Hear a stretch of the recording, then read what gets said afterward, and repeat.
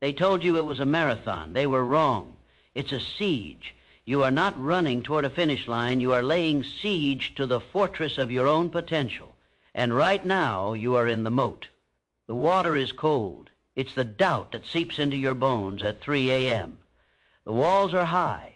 They are built from every no, every past failure, every time someone laughed at your ambition. You look up at the sheer impossible scale of what you want, and you feel the slow sinking dread of the majority. The voice whispers, "This is too hard. You are too tired. Maybe tomorrow, maybe never." This moment, this exact feeling of wanting to retreat, is the fulcrum of your entire life. This is where empires of the soul are founded or abandoned. Most people drown in the moat. They mistake the difficulty of the climb for a sign that the fortress is not worth taking.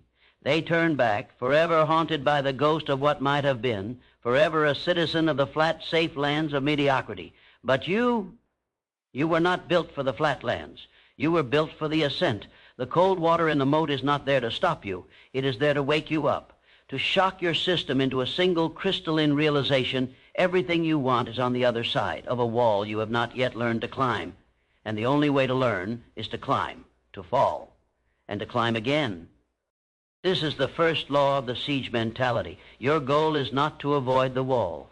Your goal is to become a climber. The majority fails because they are focused on the prize in the tower.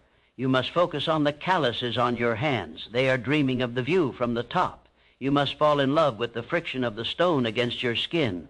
See yourself not as someone seeking a thing, but as someone being forged into the kind of person who can hold that thing.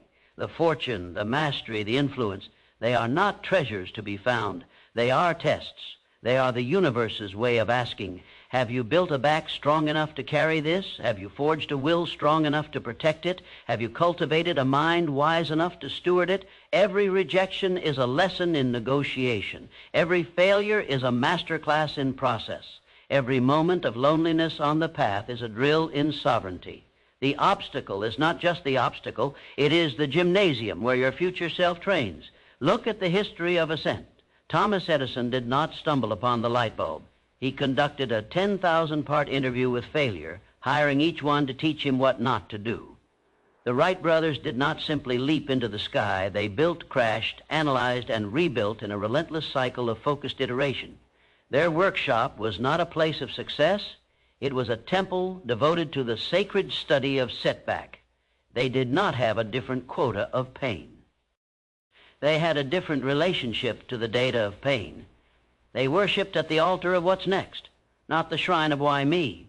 Your transformation begins with a single deliberate shift. You must reframe your evidence. Right now, you are collecting evidence for your own limitations. A missed deadline becomes proof you're disorganized. A harsh comment becomes proof you're not good enough. You are a lawyer building a case against your own potential. You must become a detective for your own latent strength. Start collecting proof of your resilience. That morning you got up anyway, log it as evidence of discipline. The difficult conversation you didn't run from, evidence of courage. The 5 minutes you spent studying instead of scrolling, evidence of focus. Build a new case file, not with the brittle paper of past failures, but with the forged steel of tiny daily victories. This case file becomes your shield when the arrows of doubt fly. Then you must weaponize your environment. Siege engines are not built in the heat of battle. They are built in the quiet of the camp. Your environment is your camp. Who do you break bread with? The fearful who talk of the impenetrable walls, or the engineers who discuss the mechanics of ladders and leverage? What do you feed your mind? The junk food of distraction and complaint, or the protein of philosophy and strategy? You cannot lay siege with a mind full of spectators. You need a war council. Find the others who are staring at their own walls, share blueprints, forge alliances.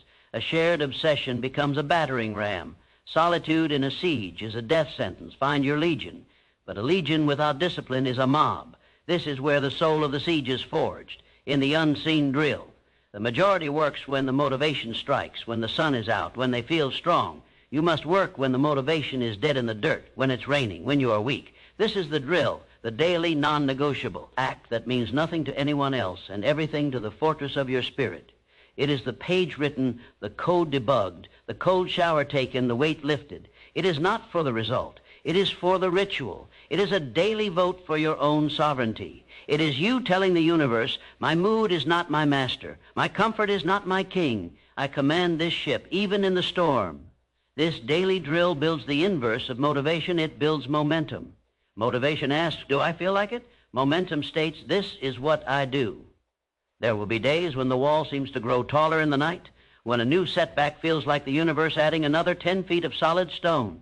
This is the critical test. This is where you must have a pre-written law engraved on your heart. The law is this.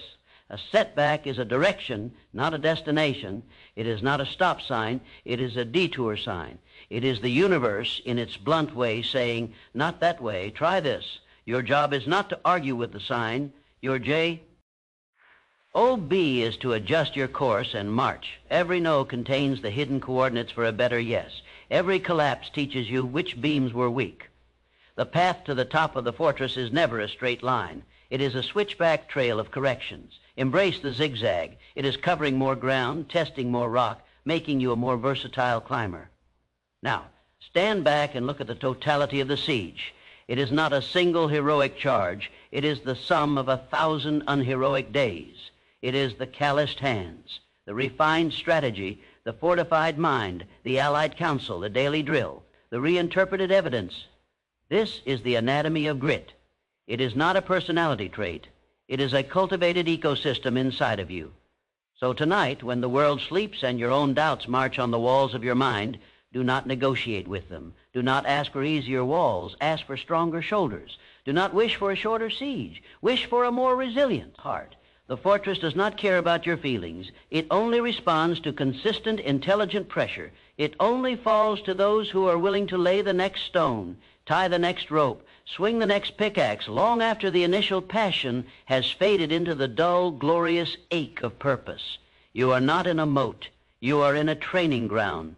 You are not looking at a wall. You are looking at your teacher. The siege does not end when you finally break through. The siege ends when you realize you were the fortress all along. And the only thing you had to conquer was the part of you that believed you couldn't. Now, pick up your tools. The climb is the destination. Begin.